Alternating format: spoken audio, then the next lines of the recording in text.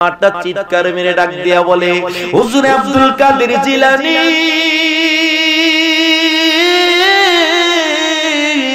ও আল্লাহর ওলি গো।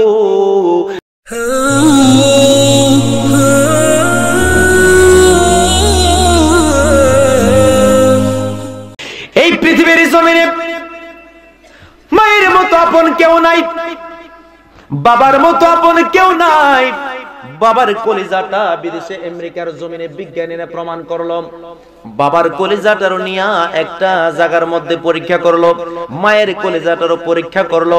মায়ের কলিজাটা বাবার কলিজার চেয়ে ধৈর্য শক্তি 45 গুণ বেশি। আরো জোরে বলেন না সুবহানাল্লাহ। সন্তান যখন 7 মাসের হয়, খুব খেয়াল করবেন, সন্তানটা বিজ্ঞান বলে সায়েন্টিস্ট যারা তারা বলে, সন্তান যখন 7 মাসের হয় একবারে মায়ের পেটের মধ্যে যে থলিটা থাকে বাচ্চা রাখার, একবারে up to bottom A to Z বরাবর সমান সমান হয়। এরপরে 7 মাস একদিন যখন সন্তানটার হয়, সন্তানটার পা দুইটা মায়ের কলিজার উপরের কলিজার মধ্যে সেট করা হয়। কলিজাটা 7 মাস একদিন হইলে 1 ইঞ্চি উপরের দিকে উঠা যায়। এইভাবে করে করে উপরে 10 ইঞ্চি উপরের দিকে উঠা যায় মায়ের কলিজাটা 10 মাস 10 দিনে হওয়া মাত্র। ও আমার আব্বুজি রে, বিজ্ঞান বলে মায়েকে আল্লাহ পাক এত ধৈর্য শক্তি দান করছে, এই পৃথিবীর জমিনে সবার ঋণ পরিশোধ করতে পারলেও তুমি আমি কোনোদিন মায়ের ঋণ পরিশোধ করতে পারবো না। কথা বলেন ঠিক না বেঠি? এই জন্যই তো আমার আল্লাহ বলতেছে, ওয়াকুল লাহুমা কাওলান কারীমা।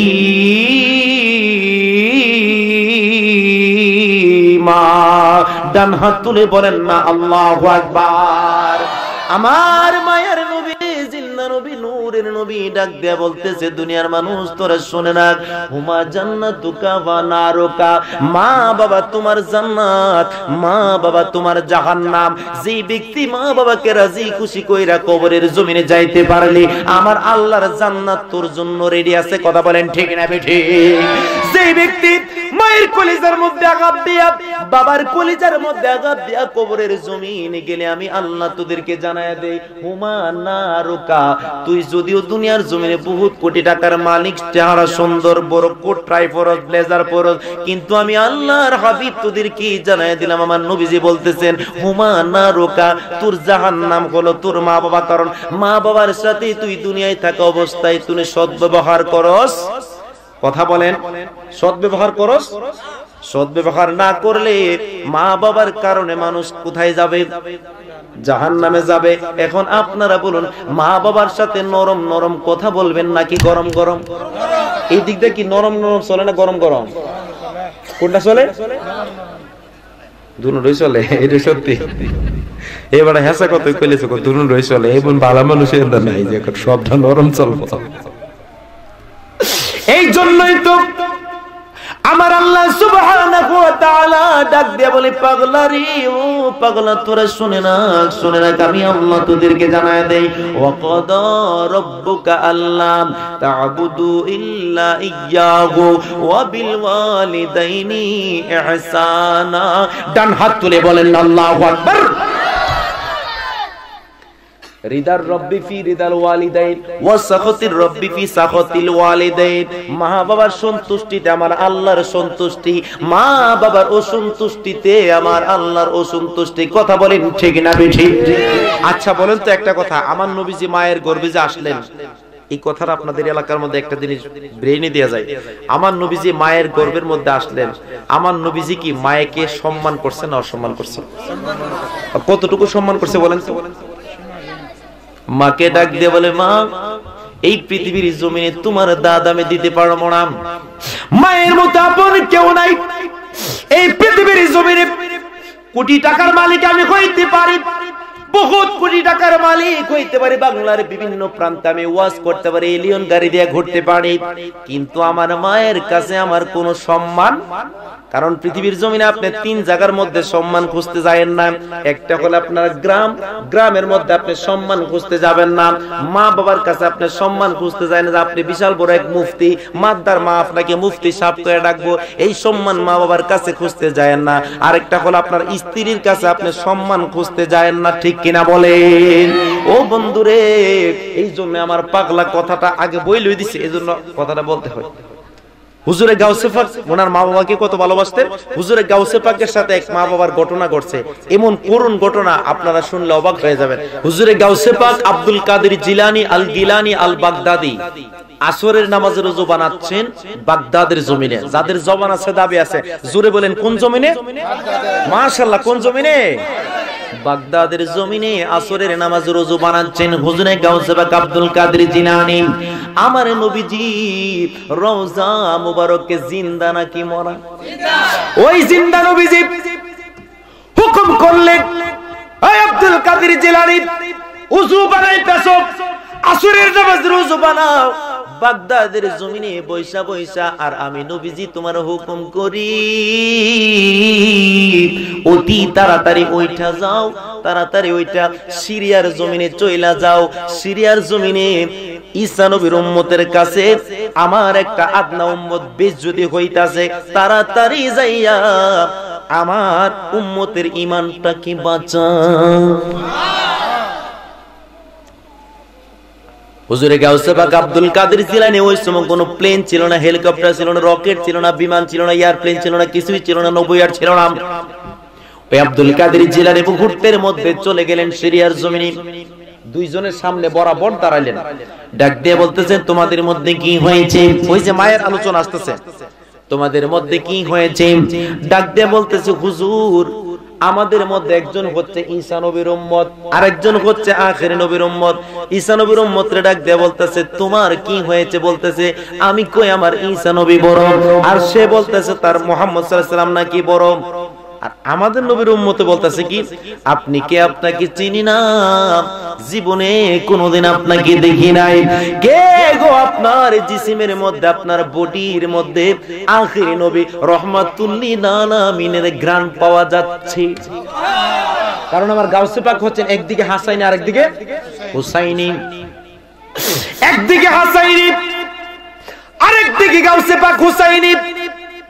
হুজুর আপনার বডির মধ্যে আখির নবীর ঘ্রাণ পাওয়া যাচ্ছে। হুজুরে গাউসে পাক নিজের পরিচয়টা গোপন রাখলেন, ডাক দিয়া বলেন আল্লাহর বান্দারা রে তোদের মধ্যে কি হয়েছে? বলতেছে আমাদের মধ্যে একটা ঝগড়া চলতেছে, সে ঈসা নবীর উম্মত, সে বলতেছে তার নবী নাকি বড়, আর আমি আখির নবীর উম্মত, আমি বলি আমারটা বড়, আমার নবী বড়। ঈসা নবীর উম্মতকে ডাক দিয়ে বলেন হুজুরে গাউসে পাক আব্দুল কাদের জিলানী তোমার নবী যে বড়, তোমাদের কি কি দলিল আছে বলছেন?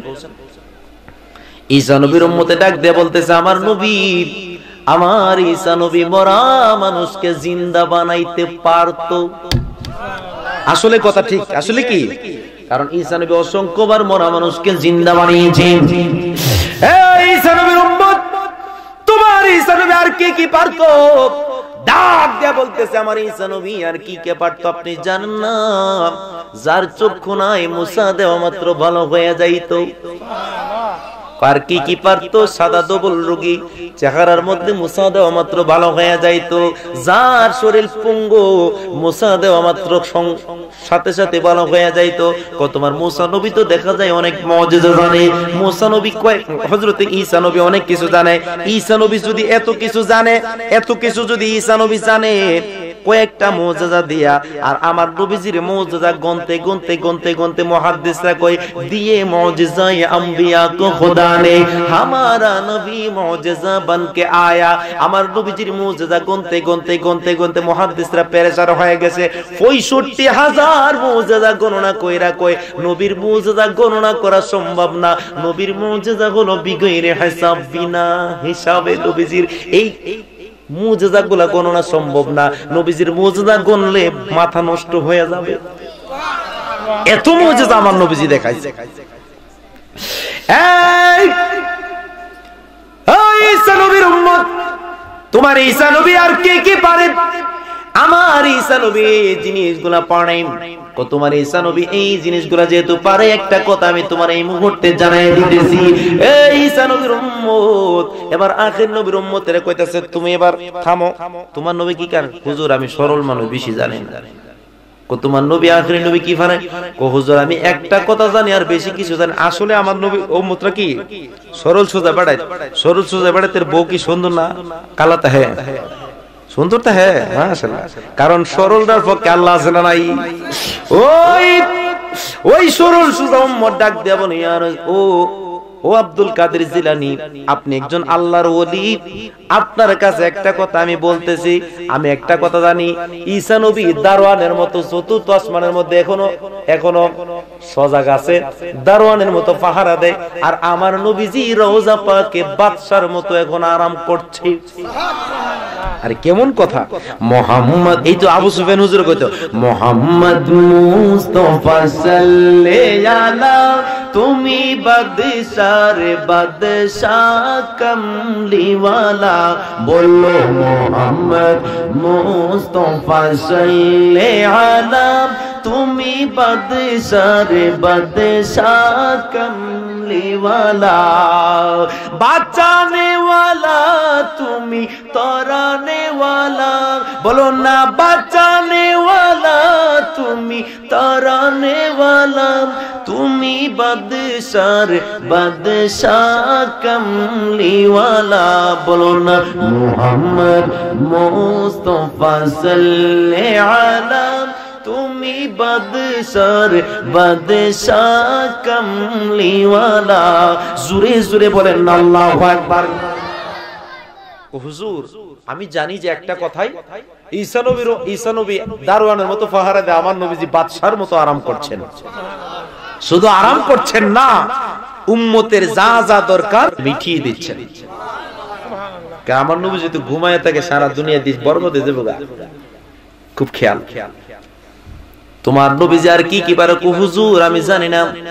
এই পাগলাই কত, আমার নবীজি অসংখ্যবার মরা মানুষরে জিন্দা বানাইছে, আমার নবীর উম্মতে জানে। এবার ডাক দিয়ে বলতেছে, হুজুরে গাউসে পাক আব্দুল কাদের জিলানী আল গিলানী আল বাগদাদি ডাক দিয়ে বলতেছে, এই ঈসা নবীর উম্মত তুমি একটা কথা শুনিয়া রাখো, তোমার ঈসা নবী যা পারে, তোমার ঈসা নবী মরা মানুষকে জিন্দা বানাইতে পারে, তোমার ঈসা নবী যতগুলা মুজিজা পারে, আমি আব্দুল কাদের জিলানী ডাক দিয়ে বলতেছি, তোমার ঈসা নবী যত কিছু পারে না কেন, এর চেয়ে বেশি পারার ক্ষমতা আমি আব্দুল কাদের জিলানীর আছে। আর জোরে, কত বড় পাওয়ারফুল কথা! আপনি কইলেই বুঝাইতে হবে না? বুঝাইলে কেমনে বুঝাইতাম? তোমার ঈসা নবী কোন মুজিজারা সবচেয়ে বড় মুজিজা দেখাইছে বলো তো? মরা মানুষরে জিন্দা বানায়ের চেয়ে বড় কি মুজিজা হইতে পারে? এই ঈসা নবীর উম্মত মরা মানুষকে জিন্দা বানায় কোন দোয়া পয়রা বানায়? কোন দোয়া পয়রা বানায়? এটা শুই না আপনি উড়ে লইতেন, বুঝছি আপনি কুদুর কামেল গুরি বুঝতে পারছি। দোয়া বলা যাবে, মইরা যাইলে গাও দোয়া কইতাম না। দোয়া বলতে হবে না রে, জানতে চেয়েছিলাম তোমার ঈসা নবী কোন দোয়া পয়রা উঠাই, বলতেছে বলা যাবে না, বললে আপনি শিক্ষা উড়াইবেন। খামোশ হয়ে যাও, বেয়াদবি করিও না। তোমার ঈসা নবী কোন দোয়া পয়রা উঠাই তো আমার থেকে জানিয়ে নাও। তোমার ঈসা নবী কুম্বি ইজনিল্লাহ বলে আল্লাহর হুকুমে কবর থেকে দাঁড়িয়ে যাও। এই কথা বলে কবর থেকে মানুষকে দাঁড়া করাইতো। আর আমি আব্দুল কাদের জিলানী কে তুমি কোন কবরস্থানে নিয়ে যাইবা, যেই কবরের সামনে নিয়ে যাইবা ওই কবরের মানুষটাকে আমি সাথে সাথে উঠিয়ে ফেলবো। আল্লাহু আকবার, আল্লাহু আকবার। ওই আব্দুল কাদের জিলানী আল গিলানী আল বাগদাদি বললেন কোন কবরস্থানে নিয়ে যাও? হুজুর এই এলাকার মধ্যে একটা কবরস্থান, বিশ্বতারা কবরস্থান আছে, আছে নাকি? বিশ্বতারা কবরস্থানের মধ্যে নিয়ে গেল। মনে মনে ভাবতাছে ঈসা নবীর উম্মতে ইমন একটা পুরান কবর নিমু, মানুষ হলে তো খবর হইব যেটার কোনো হাড্ডি গুড্ডি না, একবারে শেষ হয়ে গেছে, এমন কবরের মধ্যে নিয়ে যাব। দুষ্ট লোকের দুষ্ট বুদ্ধি থাকে, ঠিক কি না বলেন? মনে মনে ভাবে এমন একটা কবরের মধ্যে নিয়ে যাব যে কবরের কোনো হাড্ডি গুড্ডি নাই। এমন একটা কবরের সামনে, পুরান কবরের সামনে দাঁড়াইছে 950 বছর আগের কবর। কত বছর? আরো জোরে বলেন, কয় বছর? 950 বছর কি সাধারণ কথা মিয়া? হ্যাঁ, আমাদের বয়স না এইসব মুরব্বীরা, আপনারা বয়স কত হইতে পারে বাবা? 75। আপনার? আচ্ছা, 75 ধরুন 80, 75 অথবা 80, 100 বছরের কোন মানুষ এখানে মনে হয় নাই। এইভাবে 950 বছর আগের কবর, ওই কবরের সামনে দাঁড়া করাইলেন। কবরের সামনে দাঁড়া করাইয়া বড় একটা কঠিন ঘটনা ঘটে গেল রে আব্বা। এই পৃথিবীর জমিনে যুবক, তুই মা বাবাকে ভালোবাসিস না, মা বাবার সাথে তুই তর্কাতর্কি করিস, খুনসুটি বিষয় নিয়ে মা বাবাকে গালিগালাজ করিস। এই যুবক রে, আজকের মাহফিলে তুই তওবা কইরা বাড়িতে যা, দেখবি তোর জীবনটা চেঞ্জ হয়ে যাবে। জীবনে যদি তুই জিরো থেকে হিরো হইতে যাস, মা বাবার খেদমত কর বাবা। আমি তোর একটা কথা, আজকে মেডিসিন দেয়া যাব, এখন মেডিসিনটা দিব না, লাস্টের দিকে মেডিসিনটা দিব। ও বন্ধুরে, ওই কবরের সামনে দাঁড়াইলেন হুজুরে গাউসে পাক আব্দুল কাদের জিলানী আল গিলানী আল বাগদাদি। কবরের সামনে দাঁড়ায়া ডাক দিয়া বলতেছে, আমি নবীর গোলামের গোলামের গোলাম, আমি একদিকে হাসাইনি আর একদিকে হলাম হুসাইনি।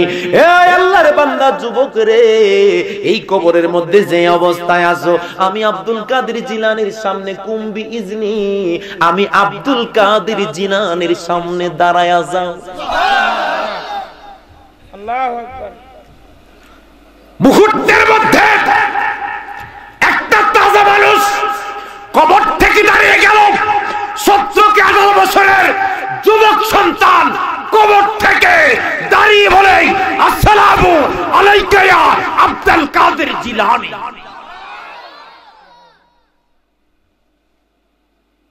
আব্দুল কাদের জিলানীর সামনে সালাম দিচ্ছেন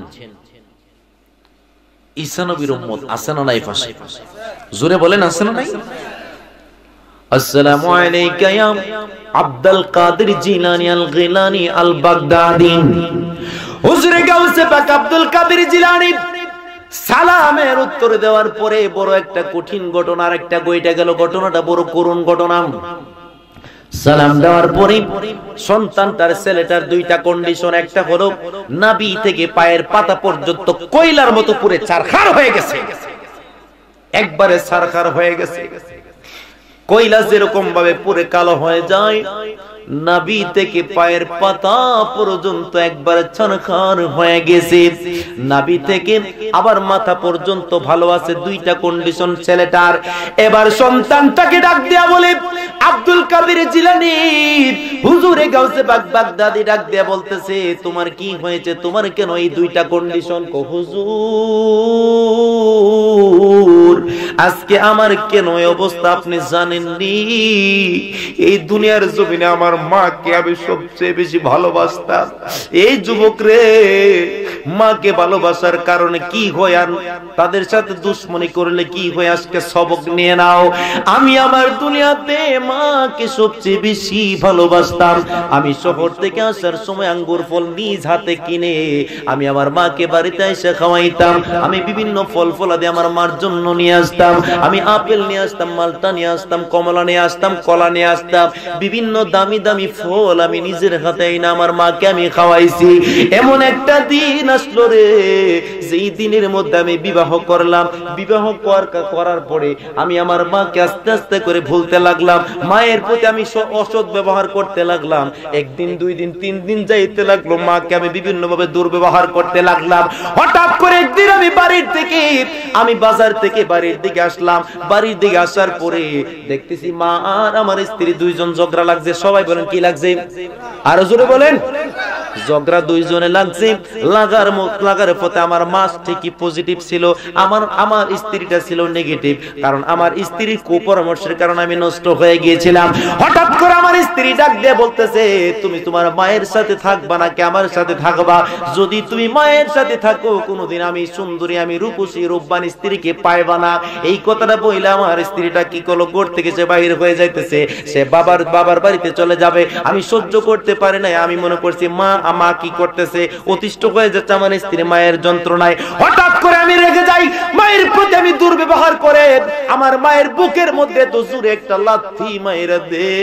জোরে বলেন নাউজুবিল্লাহ। আমি আমার মায়ের বুকের মধ্যে এত জোরে একটা লাথি মাইরা দিই গো। লাথি দেওয়ার কারণে আমার মাটা গলা কাটা মুরগি জবাই করে উঠানের মধ্যে যেরকম ভাবে চট চট চট চট করে লড়তে থাকে, আমার মা এভাবে গলা কাটা মুরগির মতো লাফাইতে থাকে। মা, আমার মা কিছুক্ষণের মধ্যে দুনিয়া থেকে বিদায় হয়ে গেছে হুজুর। আমার মাকে এই কবরস্থানের মধ্যে দাফন করা হয়েছে। হুজুর আপনার কাছে একটা রিকোয়েস্ট করি, ও আব্দুল কাদের জিলানী, আমাকে আপনি কবরের ভিতরে ঢুকাইয়া দেন না। আপনার কাছে বড় একটা রিকোয়েস্ট, আপনি আমাকে আবার কবর থেকে কবরে না ঢুকায়া এই কবরস্থানের মধ্যে আমার মায়ের কবর আছে, তাড়াতাড়ি যাইয়া আমার মাকে উঠান, আমার মাকে কবর থেকে ওঠান। এই কথা বলতে দিরে কইল আব্দুল কাদের জিলানী ওলি আল্লাহ যারা, তারা কই নরম মনের মানুষ, তারা মানুষকে হেল্প করে, সাহায্য করে। ওই আব্দুল কাদের জিলানী ডাক দিয়া বললেন, বাবা তোমার মায়ের কবরটা কোথায়, আমাকে নিয়ে যাও। কবরের মধ্যে আস্তে আস্তে করে নিতেছে। এরই মধ্যে ঈসা নবীর উম্মতকে হারি কবর থেকে মানুষ উঠাইছে, আবার কবরের ফার দিয়ে আড়াইতেছে। ওই কবরের পাশে দাঁড়াইলেন, মায়ের কবরের সামনে দাঁড়ায় ডাক দিয়ে বলতেছে, হুজুর এটাই আমার মায়ের কবর, আপনি আমার মাকে একটু উঠান। হুজুর আমি কবরে আযাব সইতে পারি না, আমার মাকে কবরটা থেকে উঠান। আব্দুল কাদের জিলানী আল গিলানী আল বাগদাদি রাদিয়াল্লাহু তাআলা আল্লাহর মহান ওলি কুতুবদের যিনি সরদার, যিনি সকল আউলিয়াদের সরদার, ওই আব্দুল কাদের জিলানী কি করলেন, কবরের সামনে দাঁড়াইলেন। দাঁড়ায় ডাকতে বলতেছে, আমি নবীর গোলামের গোলামের গোলাম, আমি তোমাকে হুকুম করতেছি, ও আল্লাহর বান্দি কুম্বি ইদনি, আমি আব্দুল কাদের জিলানীর হুকুমে কবর থেকে দাঁড়িয়ে যাও, কবর থেকে দাঁড়িয়ে যাও। মুহূর্তের মধ্যে দেখা গেছে একটা মানুষ, বৃদ্ধা মহিলা কবর থেকে সাথে সাথে দাঁড়িয়ে গেছে। আসসালামু আলাইকা ইয়া আব্দুল কাদের জিলানী, ও আব্দুল কাদের জিলানী আপনার উপরে শান্তি রহমত আল্লাহর বর্ষিত হোক। হুজুরে আব্দুল কাদের জিলানী সালামের উত্তর দেওয়ার পরে ডাক দিয়ে বলে, মা, ও মা দেখো তুমি এই ছেলেটাকে চিনো কিনা। মা কি সন্তানকে চিনবে না? মা এবার সন্তানটার দিকে একবার তাকানোর সাথে সাথে মুখটাকে ফিরায় নিলেন। মা তুমি মুখটা কেন ফিরায় নিলাম? হুজুর আপনি আমাকে কবর থেকে উঠাইলেন, আমি আপনার প্রতি কৃতজ্ঞ, কিন্তু একটা রিকোয়েস্ট করি হুজুর শুনেন, আমাকে আপনি পুনরায় আবার কবরের ভিতরে ঢুকাইয়া দেন। এই সন্তানের চেহারার দিকে আমি মা তাকাতে চাই না। কথা বলে ঠিক কিনা? ওরে মা যার বেঁচে নাই তার মতো দুঃখী নাই, খালা ফুফু মায়ের মতো না মারে, জান্নাতের চাবি আমার মা, বলেন না জান্নাতের চাবি আমার মা মারে, জান্নাতের চাবি আমার মা। কথা বলেন ঠিক না বেঠি? এবার কি করলেন, ডাক দিয়ে বললেন, মা গো মা তুমি একটু তাকায় দেখো না। এবার তাকাইতে দেরি হইছে আব্বুরে, কলা গাছের মধ্যে গায়ে দিলে যেরকম টপ টপ টপ টপ করে জমিনের দিকে পানি গোলা গোড়ায় পড়ে, মায়ের চেহারা থেকে টপ টপ করে বুক বেসে যাচ্ছে, পানি দেয়া ডাক দেয়া বলে, মা গো মা, ও মা তুমি না কায়দা তোমার কথাটা তুমি বোনের দুঃখটা বলো। ডাক দিয়া বলতেছে, সন্তান আমাকে অনেক বেশি আদর করেছে, বিভিন্ন ফল ফলা দিয়েও খাওয়াইছে, এটাও সত্য, কিন্তু বিয়ে করার পরে সে আমার সাথে এমন দুর্ব্যবহার করছে, আমার কলিজার মধ্যে তো বড় আঘাত দিছে। শেষ আঘাতটা হলো আমার কলিজা বরাবর সে লাথি দিয়ে আমাকে দুনিয়া থেকে বিদায় কইরা দিছে। আমার সন্তান 10 মাস 10 দিন পর্যন্ত তাকে আমি এই বুকের মধ্যে রেখেছি হুজুর। 10 মাস 10 দিন যেই সন্তানকে বুকের মধ্যে রাখলাম, এই সন্তান লাথি দিয়ে আমাকে দুনিয়া থেকে মারছে। কি এমন কথা আপনার কাছে হুজুর বলবো? হুজুরে গাউসে পাক আব্দুল কাদের জিলানী ডাক দিয়া বলে, মা গো মা, তুমি তোমার সন্তানের দিকে একটু ভালো করে তাকায় দেখো তো। তাকায় দেখতেছে নাভি থেকে পায়ের পাতা পর্যন্ত কয়লার মতো কালো হয়ে গেছে, নাভি থেকে মাথা পর্যন্ত ভালো আছে। সন্তানকে ডাক দিয়ে বলে, তোর কে রয়ে অবস্থা রে? আজকে 950 বছর হলো কবরের মধ্যে আমি আযাবে ভুগতেছি গো। আজকে একদিন 2 দিন এই কবরের মধ্যে আমি আযাবে ভুগি না, 950 বছর পর্যন্ত আমি কবরের মধ্যে আযাবে ভুগি রে মা। ও মা, তুই আমারে মাফ কইরা দে। মাটা ডাক দিয়ে বলতেছে, আমি কেমন করে মাফ করব? দেখবেন অল্প সুখে কাতর, অধিক সুখে পাথর। মা পাথর হয়ে গেছে ভিতরটা। হুজুর আব্দুল কাদের জিলানী ডাক দিয়ে বলতেছে, মা তুমি তারে মাফ করে দাও। একবার, দুইবার, তিনবার বলে মা ডাক দিয়ে বলতেছে, আমি যে তারে মাফ করব, ভিতর থেকে ক্ষমা শব্দটা আমার ভিতর থেকে আসে না, কেমন করে আমি মাফ করি? মা ডাক দিয়ে বলতেছে, হুজুর এই পৃথিবীর জমিনে সন্তানকে মানুষ না খায়া কত ইতিহাস আছে, নিজে না খায়া কত রাত পর্যন্ত উজাগর রয়েছে সন্তানরা, কত রাত পর্যন্ত উজাগর রয়েছে, মা উজাগর রয়েছে সন্তানের জন্য। কিন্তু এই সন্তানটা কেমন করে আমাকে লাথি মারলো, এটা আমি বলতে পারি না। হুজুরে গাউসে পাক আব্দুল কাদের জিলানী বারবার বলতেছে, মা তুমি যদি তারে মাফ না করো, আল্লাহ তারে মাফ করবে না। দেখো না কবরের মধ্যে আযাব শুরু হয়ে গেছে, আবাদুল আবাদ পর্যন্ত, হাসরের ময়দান হিসাবের পরে আবাদুল আবাদ পর্যন্ত শুধু আযাব চলতেই থাকবে। ও মা, তুমি তারে মাফ করে দাও। এবার মাটা ডাক দিয়ে বলে, হুজুর আমি যতই মাফ করতে চাই মাফ করতে পারি না। এবার ডাক দিয়ে বলতেছে, হুজুরে গাউসে পাক এবার হিকমত একটা খাড়াইলেন। হিকমতটা বড় কঠিন একটা হিকমত। হিকমতটা হইল, বললেন কিছু কেরোসিন নিয়ে আসো। অনেক যুবকের চোখের মধ্যে পানি চলে এসেছে আব্বুরে। ডাক দিয়ে বললেন কিছু কেরোসিন আনো। আনার পরে কেরোসিনটা সন্তানটার গায়ের মধ্যে ঢেলে দিলেন। সন্তানের গায়ের মধ্যে কেরোসিন ঢেলে দেওয়ার পরে এবার আব্দুল কাদের জিলানী আগুনটা লাগায় দিবে। মাকে ডাক দিয়ে বলতেছে, কবরের মধ্যে আগুনে জ্বলতাছে আর আবাদুল আবাদ পর্যন্ত জাহান্নামের আগুনে জ্বলবে। মা তোমার সামনে আরেকবার আমি জ্বালায়া দে, দেখি আসলে মায়ের কলেজায় ভালোবাসা আছে না নাই। আর জোরে বলেন আল্লাহু আকবার। এবার হুজুরে গাউসে পাক আব্দুল কাদের জিলানী, কষ্ট হইতেছে না তো আপনারা? ওই আব্দুল কাদের জিলানী রাহমাতুল্লাহি আলাইহি আগুনটা লাগায় দিবে। ইন দি মিনটাইম মাটা চিৎকার মেরে ডাক দিয়া বলে, হুজুরে আব্দুল কাদের জিলানী,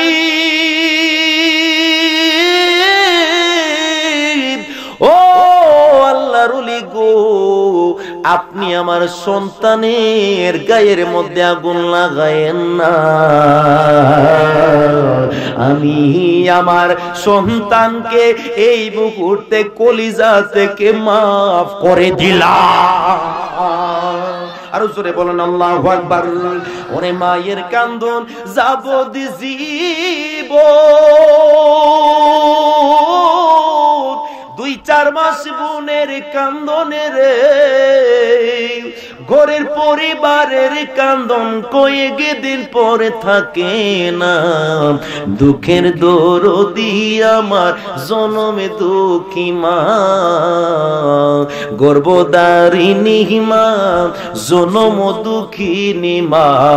দুঃখের দরদি আমার জনমে দুঃখী মা।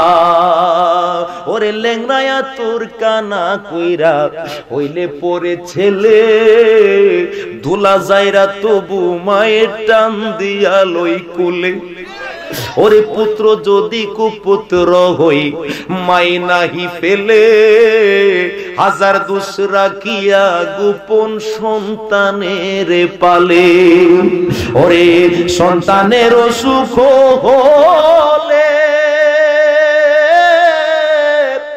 এবার মাই বিছানায় থেকে আল্লাহকে বলে রে, বলে আমায় আল্লাহ লইয়া যাও রে সন্তানের নিও না, দুঃখের দরদি আমার জনম দুঃখী মা, গর্ভধারিণী মা, জনম দুঃখিনী মা, দুঃখের দরদি আমার জনম দুঃখী মা।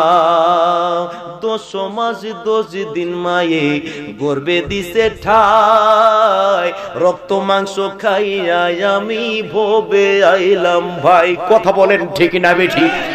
ওরে ভূমিষ্ঠ হইয়া আমি উঠিলাম কান্দিয়া, সান্ত্বনা করিল মায়ের বুকের দুধ দিয়া। কবি শাহ আলম ভেবে বলে জান্নাত পায়ের চরণ তলে রে, ঠিক কিনা বলো? আরে কবি শাহ আলম ডেকে বলে জান্নাত পায়ের চরণ তলে রে, তোরা দেখি বুখারী হাদিস খুলে করছে নবী ঘোষণা, দুঃখের দরদি আমার জনম দুঃখী মা, গর্ভধারিণী মা, জনম দুঃখিনী মা, দুঃখের দরদি আমার জনম দুঃখী মা। আর বিশেষ করে ওই যে হুজুর গাউসে পাক আব্দুল কাদের জিলানী কথাটা বলি, এবার ঈসা নবীর উম্মতে কদমের মধ্যে পড়ে গেছে। হুজুর আসলেই বুঝে গেলাম যে আপনার আখিরি নবী এমন একজন নবী, আপনি যেহেতু ঈসা নবীর চেয়ে বেশি পাওয়ার, এখনো ঈসা নবীকে জিজ্ঞাসা করে দেখো, আমার গাউসে পাক বলতেছে এখনো ঈসা নবীকে জিজ্ঞাসা করে দেখো, তোমার ঈসা নবী আখিরি নবীর উম্মত হয়ে আসার জন্য ওয়েটিং রুমের মধ্যে অপেক্ষা করছে। হুজুর আর দেরি করেন না, মুসলমান বানায় দিন। কালিমা তাইয়্যিবা লা ইলাহা ইল্লাল্লাহু মুহাম্মাদুর রাসূলুল্লাহ সাল্লাল্লাহু আলাইহি ওয়াসাল্লাম।